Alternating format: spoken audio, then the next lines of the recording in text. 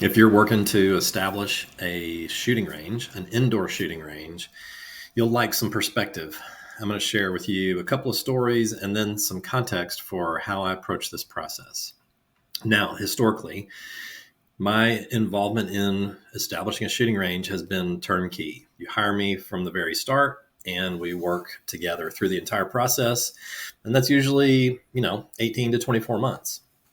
I have not offered anything along the lines of an a la carte kind of menu where you just come in and hire me for site selection or for your floor plan or for how does a food and beverage component work in your range facility or to write your business plan for you or put your budget together. Those things all are critical, important components, but my view is that a gun range is a multi-million dollar investment, and to have someone come in to just view one room in a 8-room house and work on that room relative to all the other activity that's going on in that house, not really as favorable as it would be if I had seen and been exposed and maybe had a hand in influencing the other rooms in the house and the hallways and the foundation and the roof and everything in between.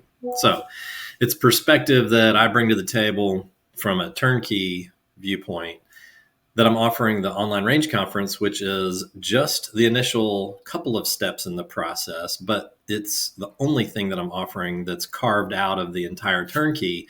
And I'm doing it for some specific reasons. I'm going to give you 2 examples today.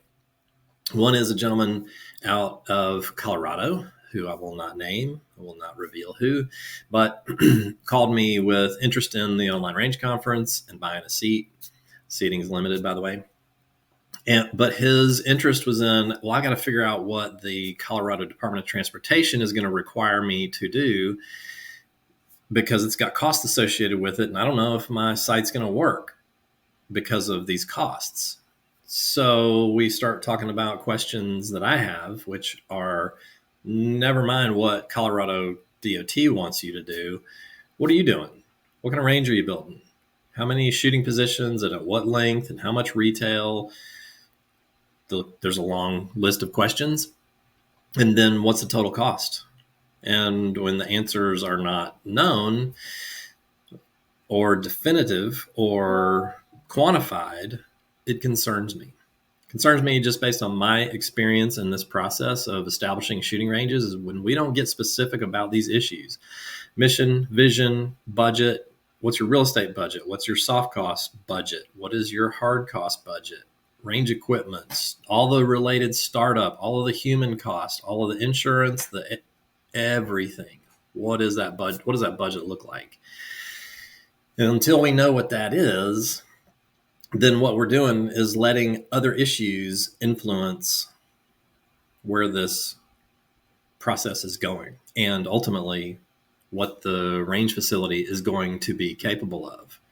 Another example is a gentleman in Florida called me last week saying that he's got a colleague, friend, somebody he knows who's got land and they think it'll be suitable because it lines up from a zoning perspective and they think it's the right size, but they don't know how much land they need and they want to know if the range is going to fit and they don't want to buy too much property, etc.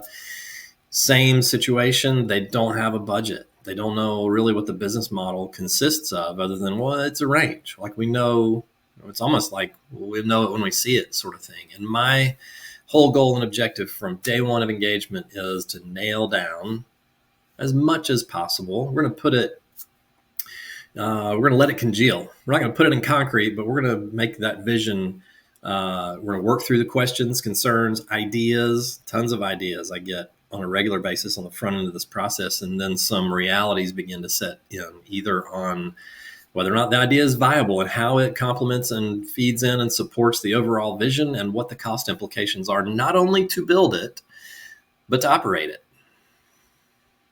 Short-term, long-term, there are cost implications. Let's pick out one very not so obvious example, and that is the amount of retail space your gun range might have.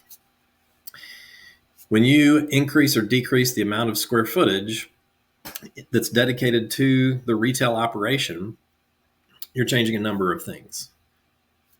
the building. So floor and roof kind of are the main costs.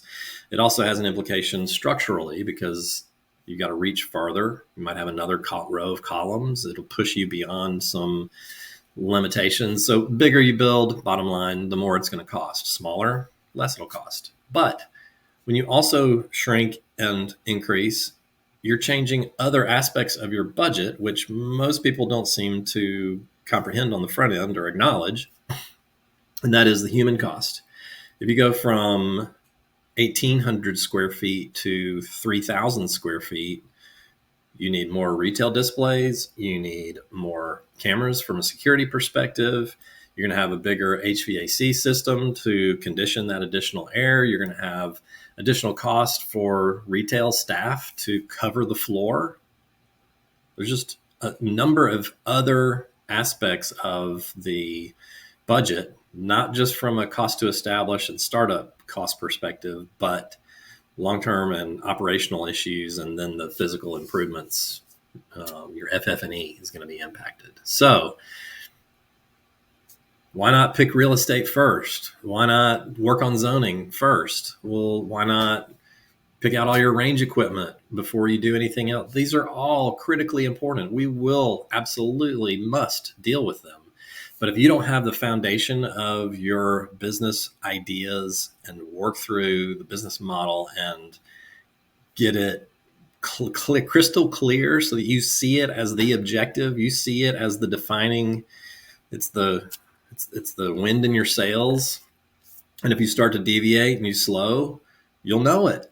But you've got to have the foundation. The other analogy is just a brick wall that it wasn't built on a trench that you filled with concrete and rebar. You just built a brick wall on dirt. That to me is like moving forward into real estate or zoning or meaningful conversations with an architect or a general contractor or a range equipment manufacturer on your bullet trap. All critical. You're going to do them. But until you have your business model sorted out, you're setting yourself up to waste your resources, your time, your money, those relationships to some extent, and you're not leveraging your knowledge because you didn't do the foundational work on the front end. So that is what the Online Range Conference is all about, empowering you to move through that initial process, tying your vision to your demographic, and then scaling your project, your range accordingly. We don't want you to overbuild. I guarantee you do not want to overbuild in your market.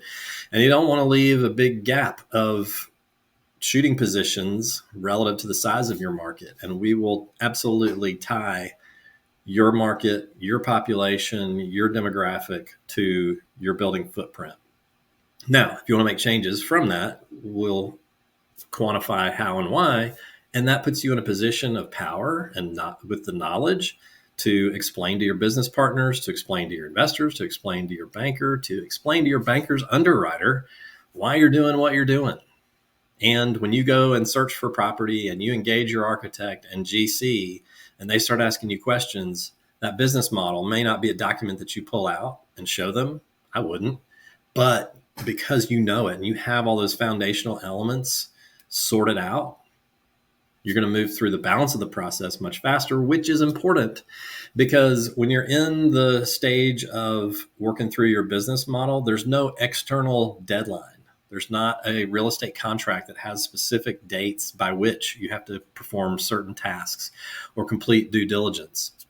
There's not a zoning hearing that's coming that you have to make a decision by. Well, I need more sound abatement. I've got to design my building in a different way, or I'm not going to include high power rifle because my neighbors are concerned. Well, what?